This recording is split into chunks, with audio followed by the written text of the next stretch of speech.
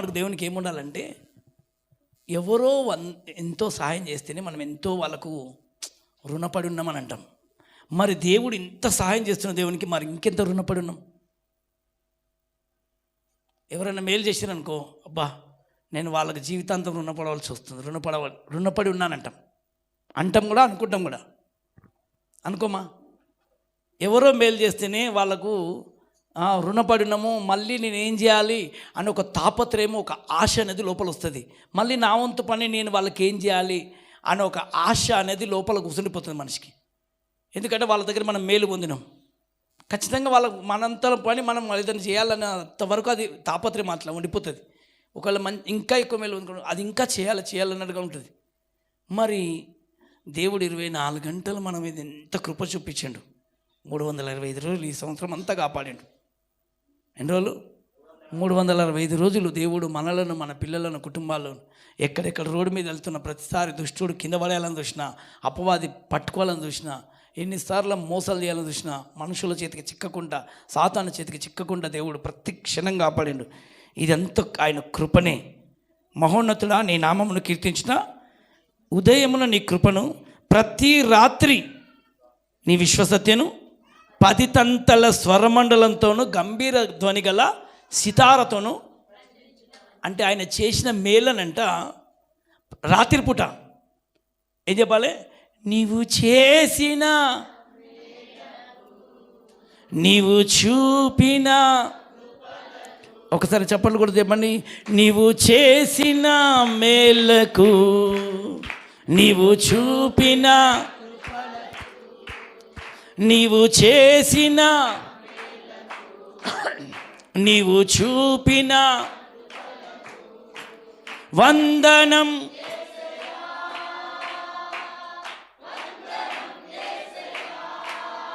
నోరు నిండా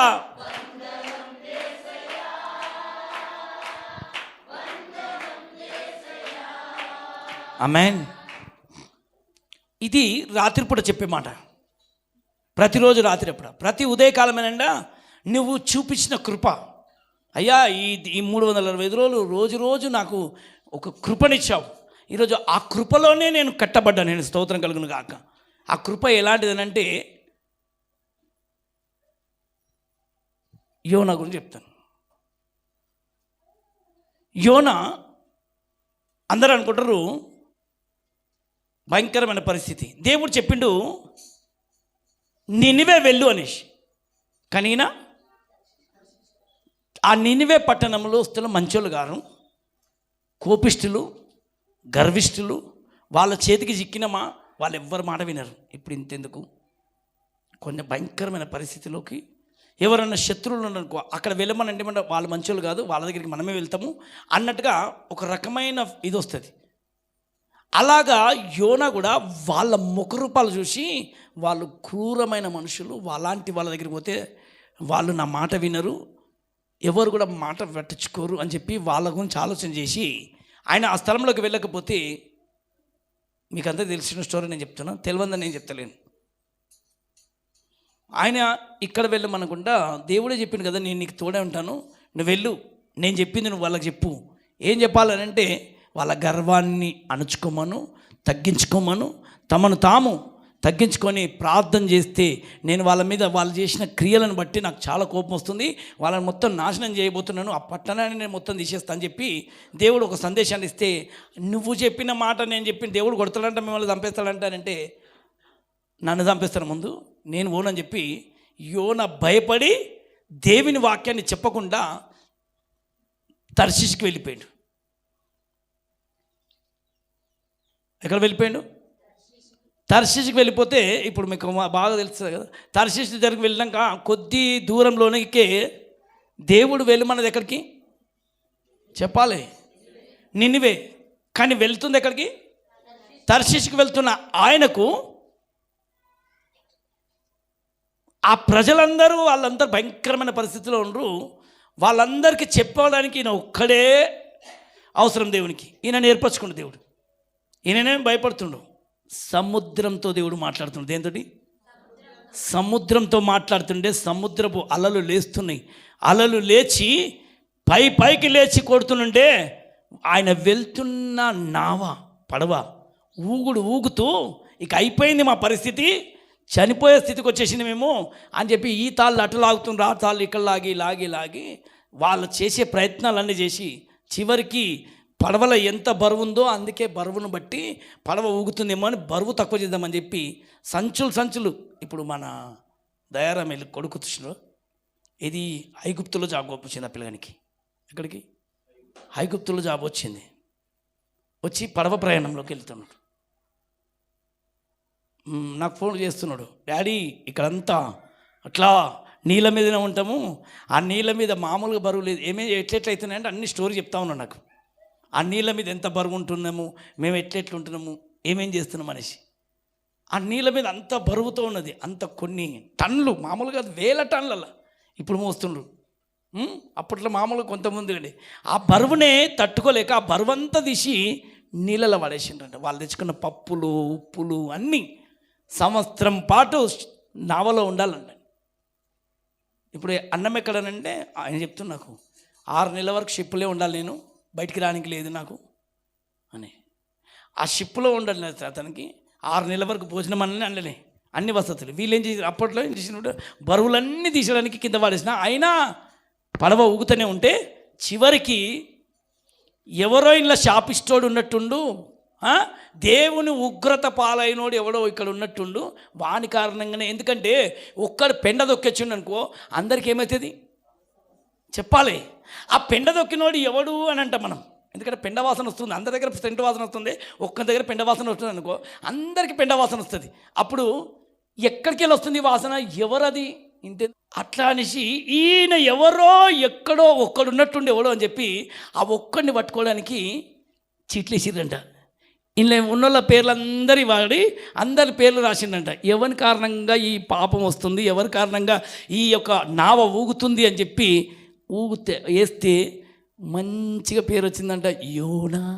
ఏ పేరు వచ్చింది? యోనా అని పేరు వచ్చిందంట. ఈయన మంచిగా వెళ్ళి హాయిగా నిద్ర వండుకుని అందరేమో టెన్షన్ పడి అది ఇది లాగుతుండే, ఈయన పడవల మంచిగా వండుకున్నాడంట.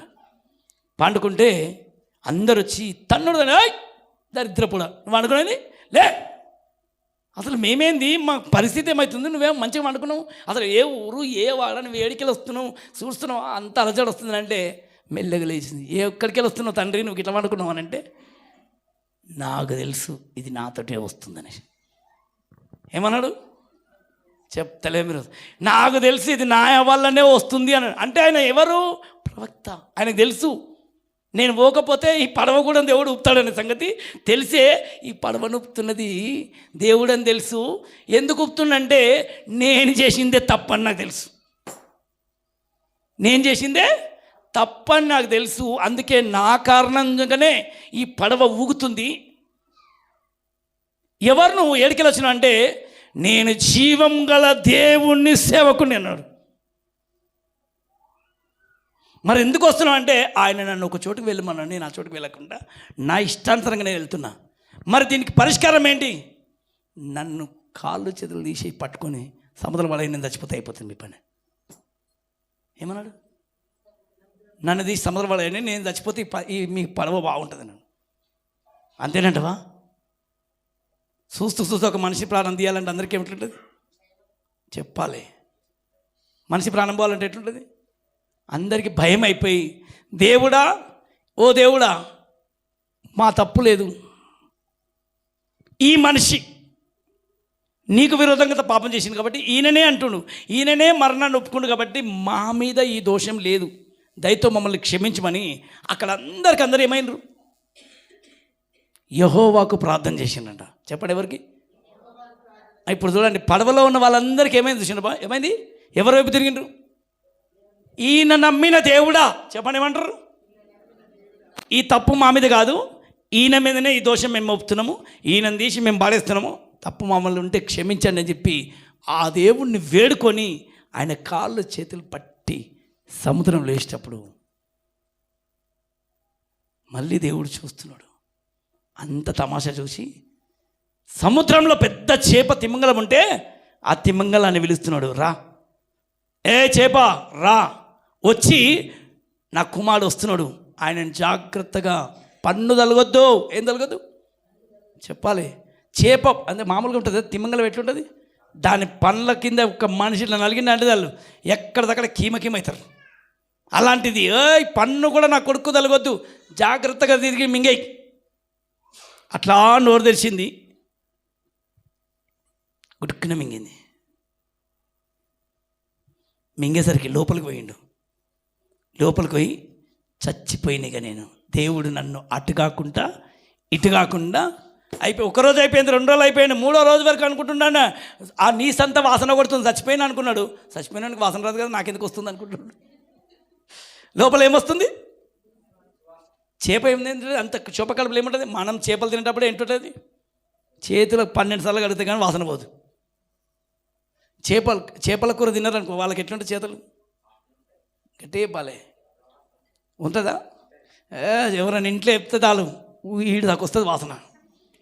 అలాంటిది చేప వాసన కంపు కొడుతుంటే ఆ వాసన భరించలేకుండా లోపలుండి ఏంది వాసన అంటే, నేను చావలేదా, నేను బ్రతికే ఉన్నానా, కానీ బ్రతుకున్నా చచ్చినట్టుగానే దేవుడు నన్ను, నేను ఎక్కడో పాతాళంలో ఉన్నా అనుకుంటుండే. ఎక్కడ ఉన్నాను చెప్పండి గట్టిగా. ఆయనకు తెలియదు చేప కడుపులో ఉన్నా అని, కానీ వాసన వస్తుంది అంటే పాతాళం ఇట్లే ఉంటుందేమో, చీకటి వాసన. అక్కడ చేప కడుపులో ఎట్లుంటుంది. ఇప్పుడు తల్లి కడుపులో బిడ్డ కూడా అట్లే ఉంటుంది, కొన్ని రోజులు 9 నెలలు. ఏమంటుంది, నేను ఈ చీకట్లో ఉన్నా అనేసి. అలాగనే చీకట్లో నేను చంద్రం వచ్చిన వాళ్ళం, బయటికి రాగానే వెలుగులోకి వచ్చింది. కాబట్టి ఎందుకు ఏడుస్తారు పిల్లలు తెలుసా, ఎందుకు ఆ సౌండ్కు తట్టుకోలేక. లోపల ఏ శబ్దం ఉండదు, ఉంటుందా చెప్పాలి. తల్లి శబ్దం తప్ప, గుండె శబ్దం తప్ప ఏది వినరు పిల్లలు. పిల్లలకి ఏమి వినబడుతుంది, తల్లి గుండె శబ్దం, లప్ లప్ లప్ లప్. బయటకు వచ్చేసరికి ఈడొర్రు వాడొర్రు వాడొర్రు వీడొర్రు, ఆ లొల్లికి అబ్బా ఇంతవరకు హాయిగా ఉండి లోపల, బయటికి రాగానే ఇదేం గోలా అని చెప్పి పిల్లలు ఆ లొల్లికి కొన్ని రోజులు తట్టుకోలేక ఏడుస్తూనే ఉంటారు.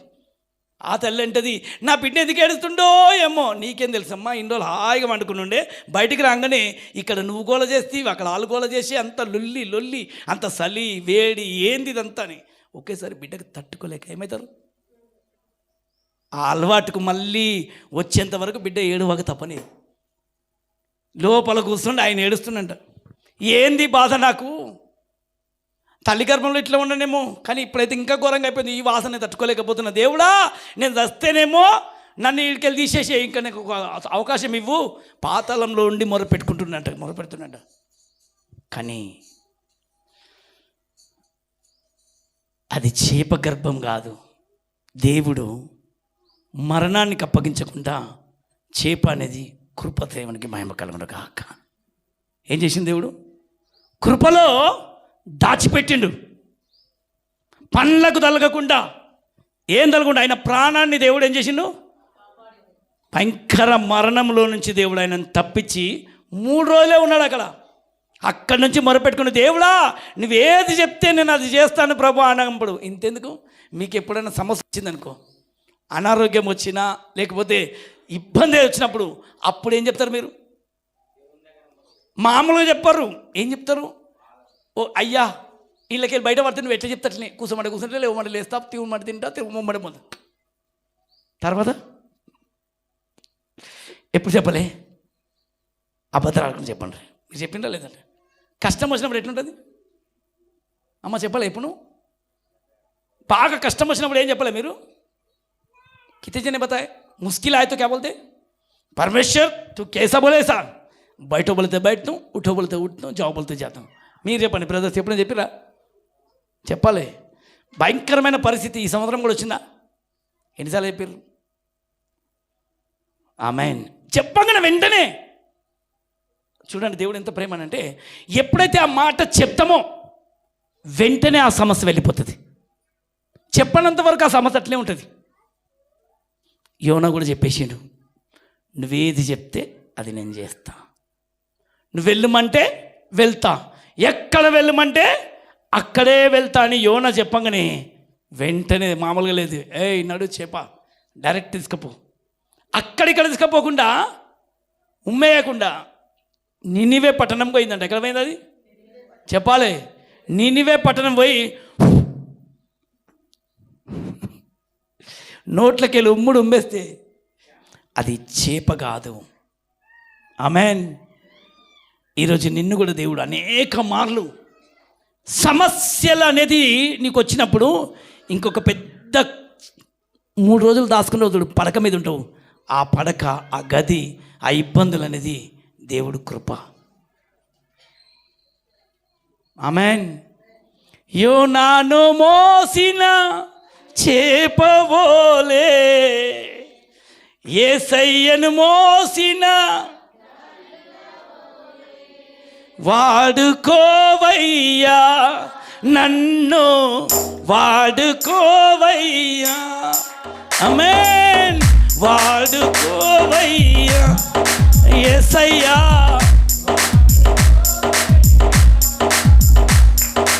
ఎలియాకు పంపిన కకులవోలే, ఎలియాకు పంపిన, నోవావు పంపిన పౌరం వోలే,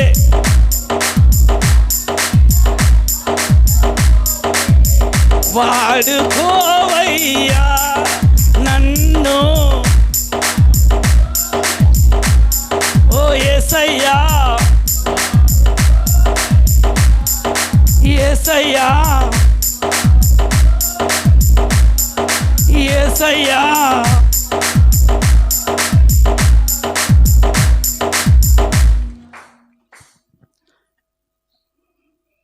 నాకు ఈ కృప అనగానే ఫస్ట్ యోనాను గుర్తుకొస్తుంది.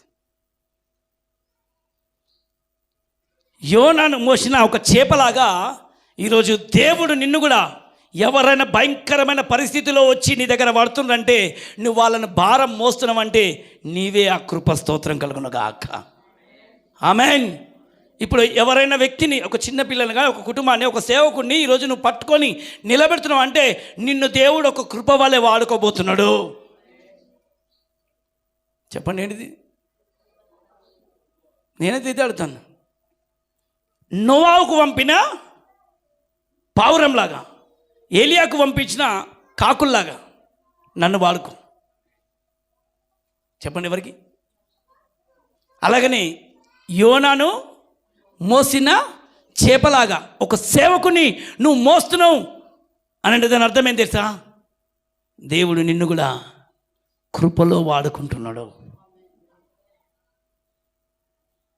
వీలైతే ఎవలాంటి వాడైనా సరే సేవకుడు, అలాంటి సేవకుని నీ చేతికి దేవుడు అప్పగిస్తున్నాడంటే నువ్వు పట్టుకున్నావు, నువ్వు మోస్తున్నావు అంటే విసిగిపోకు.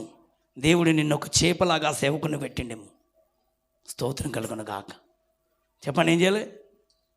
చెప్తలే మీరు ఒకసారి. ఈ అడ్డమైన చేతిని నేను మొయ్యాలా అని చేప అనుకోలే. చెప్పాలి ఏం చేయాలి?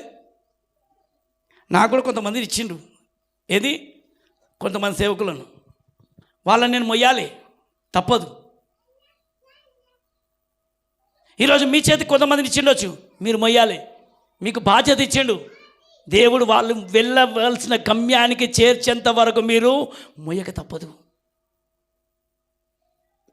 హల్లెలూయా. చెప్తలేదు మీరు చూసిందా? ఏంటిది ఇది? ఒక వ్యక్తిని నీ దగ్గరకు వచ్చి పడ్డాడు అనంటే వాళ్ళ గమ్యానికి చేర్చేంత వరకు వాళ్ళకేమంటే కష్టంగా ఉంటుంది. ఇమోషనల్ కష్టమే, కానీ ఇచ్చింది భారం ఎవరు చెప్పాలి? మోస్టోనికి బాధనే ఉంటుంది. ఏంది? అమ్మ ఎన్ని రోజులు వాళ్ళ తల్లి బాధ గెలదా? 9 నెలలు బిడ్డ ఉంటే అబ్బాయి ఎప్పుడు దిగిపోతుంది అన్నట్టు ఉంటుంది. మరి ఆ చేప మామూలుగా చేపలు మోస్తుంది, కానీ ఒక మనిషిని, ఏది 80 కిలోల మనిషిని, 85-75 కిలోల మనిషిని లోపల మోసేయాలంటే ఎట్లుంటుంది? ఆమేన్. అలాగనే దేవుడు కృపణిస్తాడు. స్తోత్రం కలుగునుగాక. నిన్ను వాడుకుంటున్నందుకు సంతోషించు. స్తోత్రం కలుగునుగాక. దేవుడు నిన్ను వాడుకుంటుండు. చెప్పాలి ఏం చేస్తున్నాడు దేవుడు? నిన్ను ఒక వాడుకుంటుండు. దేవుడికి మహిమ కలుగునుగాక. యేసయ్యను మోసిన ఒక గాడిద ఈరోజు మనందరం యేసయ్యను మోసిన వాడుకో. యేసయ్య వాక్యాన్ని ఈరోజు నీ భుజంలో మేము మోస్తున్నాం. కొంతమంది బైబిల్ను పంచేస్తున్నాం, యేసయ్యను మోస్తున్నాం. కొంతమంది బైబిల్ మోసుకొని పోతారు, సువార్తను మోసుకొని పోతారు. గాడిద గర్వించడానికి ఏం లేదు, ఇది దీంట్లో అతిశయించడానికి ఏమీ లేదు. అతిశయిస్తే పోయినట్టే. రాత్రి చెప్పిన కదా, హల్లెలూయా. చేతులు ఎత్తి ఒకసారి గట్టిగా. ఈ సంవత్సరం దేవుడు నీకు ఇచ్చిన పనిని సక్రమంగా చేసినవా, ఒకళ్ళు పక్కన పెట్టేసినవా? పక్కన పెడితే ఇప్పుడైనా ప్రభు దేవా నేను రెడీ, నాకేదైనా పని వాడిని. కీర్తన గ్రంథం 7వ అధ్యాయం 17వ వచనంలో, 7వ అధ్యాయం 17వ వచనం చాలా చక్కగా చెప్తాడు. యెహోవా న్యాయము విధించువాడని. యెహోవా ఎవరంట? అమ్మ చెప్పాలి, ఎంత మంచి మాట చెప్తాను. యెహోవా ఏం చేస్తాడంట? న్యాయమును విధించువాడని నేను ఆయనకు కృతజ్ఞతాస్తుతులు చెల్లించెదను. ఏం చెల్లిస్తాడంట? నేను ఆయనకు కృతజ్ఞతాస్తుతులు చెల్లించెదను. సర్వోన్నతుడైన యెహోవా నామమును కీర్తించెదను. అబ్బా ఏం చేస్తాను? నేను సర్వోన్నతుడైన యెహోవా నామము నేను కీర్తిస్తాను. ఆయన నాకు ఇచ్చిన పని ఏంటంటే చూడండి, యెహోవా న్యాయమును విధించువాడని. ఎప్పుడు అన్యాయం చేస్తాడా? చెప్పాలి. ఇప్పుడు చేపకు అన్యాయం చేసిందా, యోనకు అన్యాయం చేసిందా? ఇక్కడ వీళ్ళిద్దరిని ఎందుకు పెట్టినానంటే, ఇప్పుడు చేప అనుకుంటుంది ఏంది, అబ్బా ఈ బరువును నాకు పెట్టి పెద్ద అన్యాయం చేసింది, నేను నీళ్ళ ముందే నేను ఎక్కడ తిరిగేదాన్ని చెప్పాలి. దాని మీద బరువు పడ్డదనుకో, అది అనుకుంటుంది కడుపులో బరువు ఉంది, ఆ బరువుకు కిందకి దిగిపోతుంటే అది అనుకుంటుంది దేవుడు నాకు న్యాయమే చేసిండు, ఎందుకంటే చేసిన దానికి న్యాయం ఉంది. ఈరోజు నీకు చేసిన దానికి న్యాయం ఉంది. నీకు ఏదన్నా బాధ్యత ఇస్తున్నాడంటే నమ్మకంగా న్యాయాన్ని బట్టి దేవుడు ఇవ్వబోతున్నాడు నీకు. చెప్పండి, మీకు ఏదైనా బాధ్యత ఇచ్చినట్టు దేవుడు ఏం చేస్తాడు? అందుకే నీకు కీర్తనకాడు మంచి చక్కటి మాట చెప్పేసిండు. చూడండి అక్కడ ఏమంటుండు, మంచి మాట. యెహోవా న్యాయమును విధించువాడని నేను ఆయనకు కృతజ్ఞతాస్తుతులు చెల్లించెదను. ఆమేన్. సర్వోన్నతుడైన యెహోవా నామమును కీర్తించెదను. ఆమేన్. ఆయన నామాన్ని మేము ఏం చేస్తాను? అబ్బా దేవుడు నాకు ఒక పని ఇచ్చినందుకు నీకు వందనాలేసయ్యా. ఆమేన్. దేవుడు ఈరోజు నీ చేతికి ఒక పని అప్పగిచ్చినందుకు దేవునికి వందనాలు చెప్పాలి. దేవా నన్ను నా కుటుంబాన్ని మోయడానికి నాకు బాధ్యత ఇచ్చినందుకు నీకు వందనాలేసయ్యా. చెప్పండి ఒకసారి. వినవాలి. కుటుంబాన్ని మోయడానికి దేవుడు ఇచ్చిన బాధ్యతను బట్టి కూడా దేవునికి వందనాలు చెప్పాలి. ఎందుకో ఈ బరువు, ఎందుకో ఈ బాధ్యత నేను వదిలేసుకుంటా అనద్దు. ఇచ్చిన దాన్ని సక్రమంగా కడవరకు మనం పూర్తి చేయాలి. మధ్యలో వదిలిపెట్టి ఆడపిల్ల కానీ మగపిల్ల కానీ వదిలిపెట్టి వెళ్ళొద్దు. ఈ చేపలను చూసినప్పుడు మనం జ్ఞానం తెచ్చుకోవాలి. ఆమేన్. ఏదనంటే అది సక్రమంగా ఒక పని చేసింది. ఈరోజు ప్రతి వ్యక్తి కూడా దేవుడిచ్చిన పని న్యాయమైంది. నేను ఎంత మోయగలుగుతానో అంత బరువు నాకు ఇచ్చిండు. నేను ఎన్ని రోజులు మోయగలుగుతానో అన్ని రోజులు పెడతాడు. ఈరోజు నువ్వు ఎన్ని రోజులు మోయగలుగుతావో, ఎంతకాలం చేయగలుగుతావో, ఎంతకాలం నువ్వు చేయగలుగుతావు అన్నీ ఆయనకు తెలుసు. దేవుడే న్యాయమైన విధిని నీకు ఇచ్చిండు. కష్టమా కన్నీళ్ళ అవి నీకు ఇచ్చినప్పుడు నేను అయితలేదు ప్రభు అని ప్రాణాలు తీసుకోవడానికి ప్రయత్నించొద్దు. అయిపోతలేదు ప్రభు అని అలసిపోయి కింద పెట్టొద్దు. ఇచ్చిన దాన్ని నీకు కష్టం ఇచ్చిండా స్తోత్రం, చూస్తున్నాడు న్యాయాన్ని. ఇబ్బందులు పెట్టిండా, ఇబ్బందుల కొలిమిలో పెట్టినా నేను న్యాయంగా చూస్తాడు. కానీ ఏది చేసినా నేను మాత్రం నువ్వు ఆ బాధ్యతలో నుంచి పక్కన జారిపోవద్దు. जो भी तुम्हारे को परमेश्वर ने जो बोझ दिया उसे पूरी तरह परमेश्वर जो भी दिया उसे संभालना पड़ेगा. वो घर का हो दो, बाहर का हो दो, कुछ भी बोझ परमेश्वर तुम्हें हाथ में दिया वो पूरा करना चाहिए. उसे फिर से निश्चय मत लगाना चाहिए.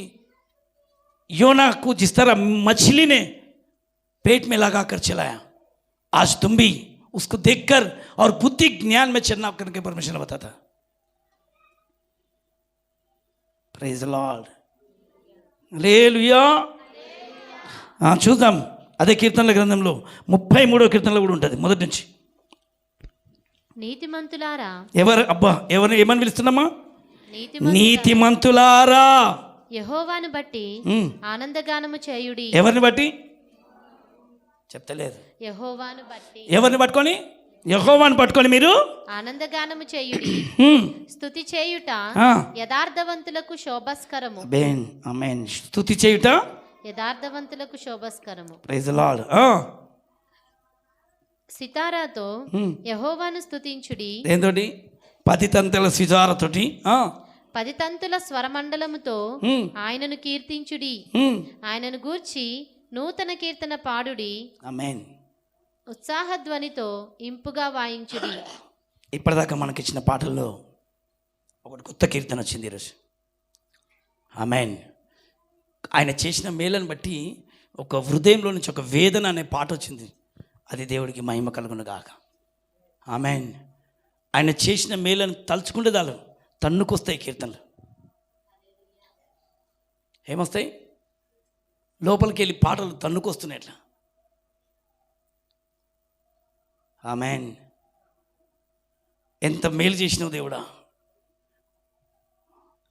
సాతానుడు వచ్చి, శత్రువు వచ్చి చెరపట్టేసి, సాతానుడేమో చెరపడానికి చూసిండు. నిజంగా చెప్పాలంటే అట్లే ఈ సంవత్సరం నేను కూడా అట్లయినా. 2 సార్లు మరణం, 2 సార్లు మరణం దగ్గరికి వచ్చి దేవుడు తప్పించుకుంటూ వచ్చిండు. మణిపూర్లో చెప్పిన కదా, భయంకరంగా నన్ను పట్టేసి లోపల పట్టేసి వేసేసిండు. ఆ టైంలో నేను ఎవరికి చేయకుండా ఫోను భాస్కర్కి ఫోన్ చేసిన, ఇట్లా పరిస్థితి ఉందని. వాళ్ళు నన్ను ఖచ్చితంగా ఆ రోజు చేయవలసింది. దేవుడు ఆ రోజు కృపనిచ్చి తప్పించిండు. స్తోత్రం కలుగును కాక. మామూలుగా తప్పేయలేము. ఎవరు నువ్వు ఎందుకు వచ్చినావు? ఆల్రెడీ పోలీసు వాళ్ళు నా దగ్గర సైన్ తీసుకునేమని, నువ్వు చచ్చిపోతే నీ శవం ఎవరికి వెళ్ళనేసి. నేను భాస్కర్తో మాట్లాడుకుంటే ఏం చెప్తున్నా తెలుసా, ఒక ఇంటర్వ్యూ ఫోన్ టీవీ ఇంట్లో చూడండి, రిపోర్టర్తో మాట్లాడతారు, మీరు చూసింటారు. వాళ్ళందరికీ ఊళ్ళో ఒక సొక్కు బోల్దే భాస్కర్ చెప్పిన, నేను ఏం మాట్లాడినా నువ్వు సప్పుడు చేయకు, వాళ్ళు వింటా ఉండనేసి. స్తోత్రం కలిగిన గాక. मैं इधर हूँ, ये लोग मुझे कुछ सता रहे, देख जरा पूरा सिग्नल पूरा सबको दिखा दे, आज मैं इधर ही हूँ, अपना టీవీ ఛానల్ कर दे, చాలు कर दे అనేసి. మామూలుగా పెట్టలే. ఒక దేవుడు కృపనిచ్చి ఆ జ్ఞానం పిచ్చోళ్ళగా చేసి దేవుడు అక్కడికి వెళ్ళి తప్పించుకోవడానికి. అది అయిపోయాక చూడు, కొద్దిసేపు అడగ స్విచ్ ఆఫ్. నా ఫోన్ బంద్ చేయలే, బంద్ ఎక్కడక్కడ. నా ఫోన్లు బంద్ అయినాయి, అన్నీ బంద్ అయిపోయినాయి. ఫోన్ కూడా చేయలే. ఆయన ఇడికి చేసిందంట ఫోను. డాడీ ఫోన్ చేసిందా, వీళ్ళకి ఫోన్ చేసిందా అని, ఎక్కడ ఫోన్ చేస్తున్నాను కంగారు పడుతుండ్రు. ఒక 25-30 నిమిషాల వరకు వాళ్ళు నన్ను సతాయించారు. మాట్లాడిన మాటలు బట్టి దేవుడు కృపను ఇచ్చి భయంకరమైన స్థితిలో దేవుడు ఏమని చెప్పింది తెలుసా నాకు? చెప్పిన మాటనే ఈరోజు క్యాలెండర్లో వేసిన. దేవా, మరి నేను వీళ్ళ చేతిలో ఉంటున్నా పోతాను. నేను పోయేటప్పుడే నిర్ణయించుకున్నా, వస్తే సేఫ్గా వస్తా, పోతే మాత్రం అడే పోతా. కానీ దేవుడు నీ పని గురించి నేను వెళ్ళి 10 మందికైనా స్వార్థ చెప్పాలని నిర్ణయించి పోయినాను. దేవుడికి మహిమ కలుగున. అప్పుడు దేవుడు నాకు ఇచ్చింది తెలుసా, మామూలు చెప్పలే, ఎంత మంచి దేవుడు. చూడు, నా అరచేతిలో నిన్ను చెక్కినాను నేను. ఆమె ఎక్కడ చెక్కినాడు? అరచేతిలో చెక్కినా అని దేవుడు నాకు ఇచ్చిన మాటని, అదే ఆ క్యాలెండర్లో వచ్చింది. దేవుడికి మహిమ కలుగున గాక. దేవా, నువ్వు చేసిన మేలను బట్టి నీకు వందనాలు ప్రభా. నీ గంట సేపు ఫ్లైట్లో కూర్చుని నేర్చుకుంటూ వస్తున్నా. అప్పుడు అక్కడ పక్కనే సిల్వ పక్కన ఒక దేవదూత ఇట్లా కనబడుతుంది ఆకాశంలో. ఇంద్రధనుసు కనబడ్డది. ఇంద్రధనుసు కూడా అక్కడ కృపాని ఇచ్చిండు, అందులో కృపాని ఉంటుంది. 2 దర్శనాలు దేవుడు ఆకాశంలో దేవదూతను ఇట్లా చూపించిండు. ఫ్లైట్లోకి వెళ్ళి గంట సేపు ఏడ్చుకుంటే అట్లా చూస్తే ఇట్లా పక్కనే తిరుగుతా ఉంది. ఎట్లా పోతున్నా అట్లే ఫ్లైట్ ఎంత ఫాస్ట్ పోతుంది, అట్లే నడుస్తుంది. ఒక 20 సెకండ్ల వరకు అట్లా చూస్తుంటే దేవుని కృపను బట్టి ప్రార్థన చేసి అడిగి, దేవా ఒక్క ఫోటో కొడతాను, నాకు కావాలి, చాలామంది ప్రూఫ్ పడతారు కదా అని అడిగి మరి దగ్గర తీసుకున్నా. అట్లా వచ్చింది. దేవుడికి మహిమ కలుగును గాక. హల్లెలూయా. అదేదో ఫోటోలు అన్నకెళ్ళి తీసింది కాదు, కరెక్ట్గా నేను ఫోటో తీస్తే అది ఆ మేఘాలకి ఇట్లా అన్నట్లు వచ్చినాయి. స్తోత్రం కలుగును గాక. దేవుడి దర్శనాన్ని బట్టి కృపనిచ్చాడు దేవుడు. అదే మొదటి మనం. రెండోసారి వచ్చినప్పుడు గొంతుకు ఆపరేషన్ చేయాలన్నాడు. ఏం చేయాలన్నారు? ఆపరేషన్. దేవుడు కనికరించి మరల నిలబెట్టిండు. గొంతు ఆపరేషన్ కాదు, అదే గొంతులకి వెళ్ళి పాటలు పాడిపిస్తున్నాడు. స్తోత్రం కలుగును గాక. ఆమేన్. ఈసారి దేవుడు కనికరించింది. అందుకే సాతానుడు చెరపాలని చూస్తున్నాడు, దేవుడేమో కనికరించి నిలబెడుతున్నాడు. ఈరోజు నిన్ను కూడా ఎంతమంది శత్రువుల చేతికి చిక్కుతున్నప్పుడల్లా తప్పించిండు. ఎన్ని ఇబ్బందులలో దేవుడు నిన్ను తప్పించుకుంటూ వచ్చిండు. కరువులలో తప్పించలేదా? అనుకోలేదు అసలు. ఈ సంవత్సరం దేవుడు పనికిరాని జీవితాన్ని తెలుగులో సాక్ష్యం, హిందీలో సాక్ష్యం దేవుడు తాజం దేవుడు దీవించుండు గాక. ఆమేన్. ఇక్కడికి వెళ్ళి వచ్చి ఎందుకు తీసుకొచ్చిండు? ఒక యోనాను మోసడానికి తీసుకొచ్చిండు. సాక్ష్యాన్ని బయటకు తీసుకుపోవాలని ఆయన హృదయంలో ఒక తపన పెట్టిండు. ఆమేన్. ఈరోజు అనేకుల దగ్గరికి ఆ సాక్ష్యాన్ని, ఏ గొంతునైతే దేవుడు తెరిచిండో సాతాను ముయ్యాలనుకున్నాడు, అదే గొంతును దేవుడు మళ్ళీ తెప్పిండు. హల్లెలూయా. అసలు అనుకోలేదు ఈ సంవత్సరంలో దేవుడు చేసిన మేలు, మామూలుగా చేయలేదు. అక్కడిక్కడ కాకుండా దేవుడు కృపనిచ్చి ఇంకా డేవిడ్ బ్రదర్ ద్వారా దేవుడు ఇంకా ఆ సాక్ష్యాన్ని ఇంకా బయటకు తీసుకుపోతున్నాడు. ఆయన చెప్తున్నాడు ఇంగ్లీష్లో చేద్దామని చేసింది. అనుకోని జీవితాన్ని ఇంకా దేవుడు మార్గం చూపించబోతున్నాడు. కొత్త కొత్త స్థలం ఒక్క నెలలో కూడా దేవుడు ఆపకుండా తీసుకుపోయాడు. కృతజ్ఞత చెల్లించావు. చెప్పిన కదా, వాటర్ బాటిల్ కొనుక్కోనికి డబ్బులు లేవు నా దగ్గర, కానీ ఫ్లైట్లలో కూర్చొని పెట్టిండు. అదే కృప. అన్ని డబ్బులు ఉన్నవాడు పోయి ఎక్కిండంటే అది పెద్దది కాదు. ఏది లేకుండా దేవుడు తీసుకుపోతుండే. స్తోత్రం కలుగును గాక. మీరు జీవితంలో ఎన్ని లేవు? ఇప్పుడు ఎన్ని లేవు మేలు? అన్నిటినీ బట్టి ఏం చేయాలి? ఇప్పుడు కృతజ్ఞతాస్తుతులు చెప్పాలి. ఏం చెప్పాలి? ఈరోజు ప్రత్యేక ప్రార్థన ఇదే. మనకు సాయంత్రం వాగ్దానం ఉంటుంది, నైటు. ఈరోజు ప్రత్యేకంగా చివరి ఆదివారం రోజు మనం చేయవలసింది ఏంటంటే ఎక్కువగా థ్యాంక్స్ చెప్పండి. చెప్తలేరు ఎంతమందికి? ఇప్పటిదాకా పొద్దుమంది నేను 7:30 వరకు ప్రార్థనలకు వాక్యమే చెప్పలే. ప్రార్థనే. ఇప్పుడు కూడా నేను ఎక్కువ చెప్పను, నేను వాక్యం చెప్తలేను. దేవుని సన్నిధిలో ఒకటే చెప్తున్నాను, అందరు ఈరోజు ఏముండాలి? ఇది కృతజ్ఞత ఆదివారం. आज परमेश्वर की लिए जो परमेश्वर की भलाई को देखकर परमेश्वर कितना भलाई अपने जीवन में करा, उसके लिए धन्यवाद धन्यवाद धन्यवाद देने का प्रार्थना. చెప్పాలి ఏం ఆరాధన ఈరోజు? చివరి పునరుద్ధాన ఆరాధనలో వచ్చినామంటే ప్రతిరోజు వాక్యం వినరు, కానీ ఈరోజు ఎక్కువ చెప్పాల్సిందేంటి? చెప్తలేరు అందరు. ఏం చెప్పాలమ్మా? తెలుసుకో, మనసులో తెచ్చుకో. దేవుడు ఏమేం చేసిండు, ఎట్లా తప్పించుకుంటూ వచ్చిండు, ఎట్లా ఆలోచనలు దేవుడు విడిపించిండు. ఇప్పుడు నేను చెప్పినందుకు మీకు వస్తుందా? అవును, నన్ను కూడా దేవుడు తప్పించిండు, మమ్మల్ని కూడా విడిపించిండు. కరువు వచ్చింది, దేవుడు తప్పించిండు. శత్రువులు అడ్డంగా వచ్చిండ్రు, తప్పిస్తున్నాడు. ప్రాణం పోయే స్థితి వస్తున్నా తప్పించుకుంటూ వచ్చిండు.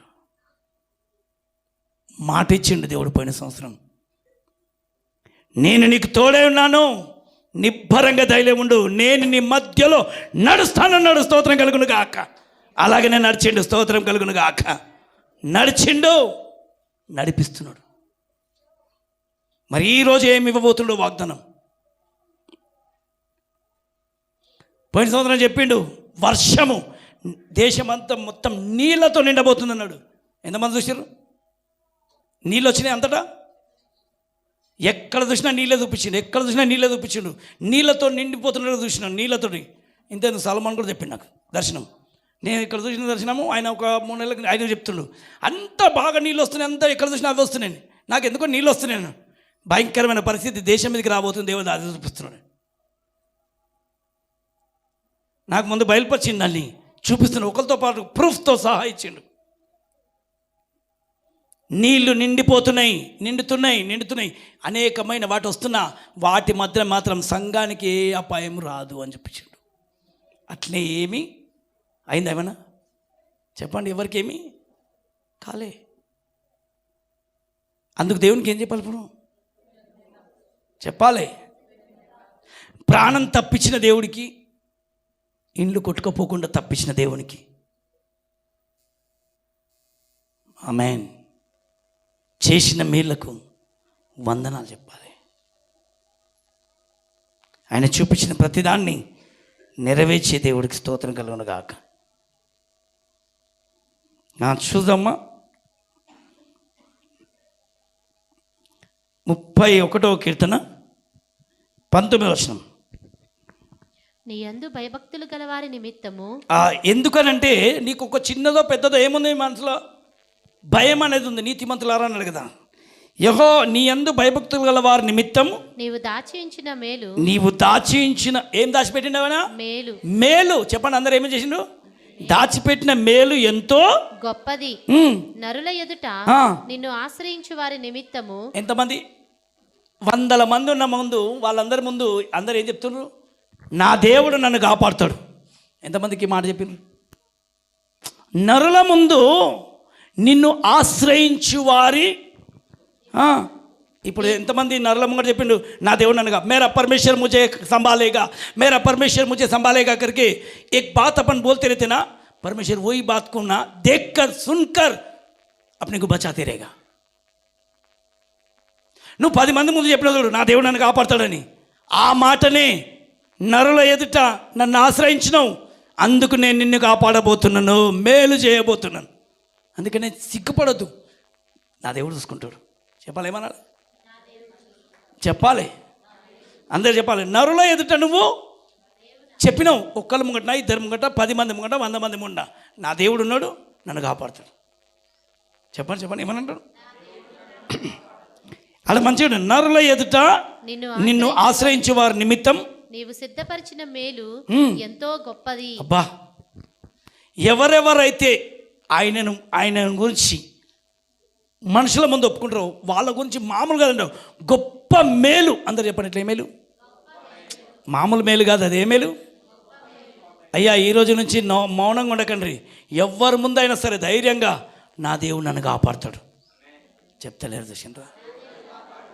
మనసు ఇక్కడ పెట్టండి. ఎవరు కాపాడుతారు? సంధ్యమ్మ ఏం చేస్తాడు?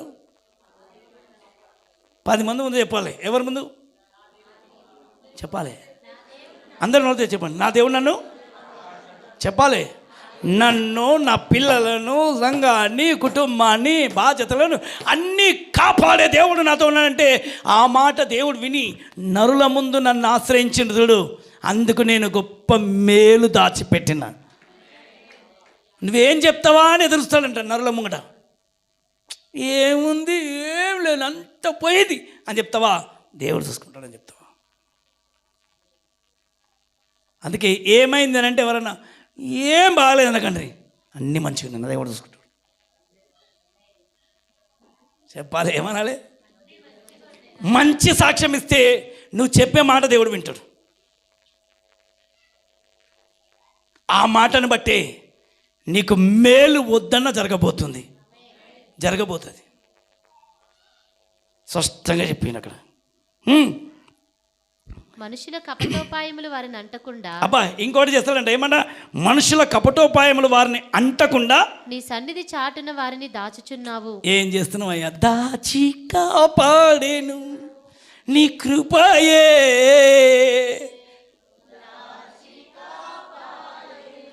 ఎక్కడ? అందుకే దేవుని మందిరంలోకి పరిగెత్తుకుంటాడంట. ఆయన సన్నిధికి మనం వస్తున్నప్పుడు అంట మనం అనుకోవడము పరిగెత్తుకుని దేవుడు లేదు, అక్కడ అది నిన్ను దాచిపెట్టే చోటు. 100 మంది శత్రువులు వస్తున్నా కూడా వాళ్ళకు చిక్కకుండా ఈ సన్నిధి అనేది వాళ్ళకు వెళ్ళి అపవాదికి ముట్టుకోకుండా, శత్రువు చేతికి చిక్కకుండా దేవుడు నిన్ను సురక్షితంగా దాచిపెట్టుకున్నాడు. ఏం చేస్తాడయ్యా? బా, ఎంతమందికి అర్థమైంది ఇప్పుడు? దాచి కాపాడుతున్నాడు. చూడండి, నీ సన్నిధి చాటున వారిని దాచుచున్నావు. అందుకే మోషేతో చెప్పిండేమని, నా సన్నిధి నీకు తోడుగా వస్తుంది అన్నాడు. చెప్పండి, ఏమన్నాడు? అందరూ కూడా సన్నిధి వస్తే ఏం చేసుకోనికి? నీకు తెలియదయ్యా, నా సన్నిధి వస్తే మోషే, నువ్వు కానీ నీ ప్రజలు కానీ వెళ్తున్నప్పుడు నేను వస్తున్న నా సన్నిధంతుడు, అది మీరు ఎప్పుడు చూస్తారు బ్లాక్, అది మనకు ఒక చిన్నపిల్లలు ఆడతారు చూడు, దయ్యమాటలు ఎవరికి అనిపిస్తలేమన్నట్టుగా ఆడతారు చూడు. అంటే మనిషి ఇన్నే ఉంటారు కానీ ఎవరికైనా దయ్యం అది అంటారు కదా.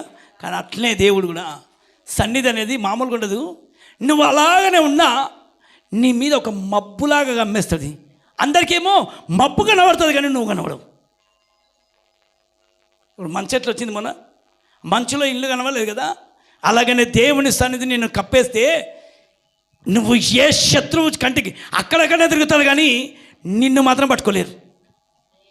ఎందుకంటే దొరుకుతలేడు. ఎట్లా ఆయన ప్రేమతో యోనాను దాచిపెట్టుకున్నాడుగా, నిన్ను ఆయన సన్నిధి చాటున దాచిపెట్టుకుంటున్నాడు. ఎంత మంచి దేవుడు. परमेश्वर बोलता है कि जो तुम परमेश्वर के सामने ले उनके लिए अच्छे अच्छे बातें तुम बताए, इसके लिए देखो मेरी उपस्थिति तुम्हारे साथ रहेगी. उस उपस्थिति तुम्हें छुपाकर दुश्मनों के साथ में नहीं मिले सर का पूरी तरह उस उपस्थिति में परमेश्वर ने बचा के रखेगा. ఆమేన్. స్పష్టంగా చెప్తుండు. వాక్కుల్హము మాన్పి వారిని గుడారములో దాచుచున్నావు. ఏం చేస్తున్నాండ? అబ్బా ఎంతమంది శత్రువులు వస్తున్నా, ఏయ్ నోరు మూసుకోండి అని చెప్పి వాళ్ళు వెళ్ళిపోయేంత వరకు నా గుడారంలో నేను వాళ్ళను దాచిపెట్టుకుంటున్నా. ఎన్ని మేలు చేసిండో ఈ సంవత్సరం అంతా, ఎంతమందిని దాచిపెట్టుకున్నాడో, ఎంతమందిని కాపాడిండో. మరి ఎంతమంది వందనాలు చెప్తారో, ఎంతమంది కృతజ్ఞతలు చెప్తారో. రోగాలలో కాపాడిండు, వైద్యుడై కష్టాలలో ఉన్నాడు, తండ్రి ఆదరించిండు, దుఃఖంలో ఉన్నప్పుడు స్నేహితుడై భయపడకు అన్నాడు,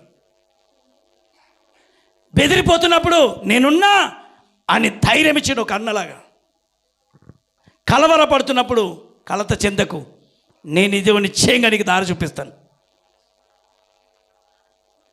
హల్లెలూయా. చేతులు ఎత్తి ఒకసారి గట్టిగా గట్టిగా చెప్పాలి. 21వ వచనం లాస్ట్.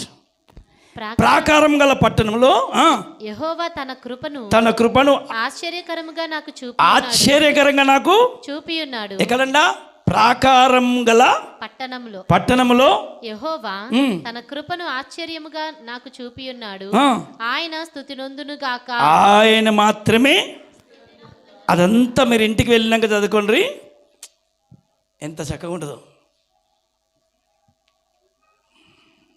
ఆయన చేసిన మేలు లేచినవాడిది. ఇప్పుడు చేసిన మేలను బట్టి వందనాలు, కృతజ్ఞత, స్తుతులు. కొద్దిసేపు ఎవ్వరికి వినొద్దు, ఏసైకి వినబడేలాగా, గట్టిగా ఏసైకి వినబడేలాగా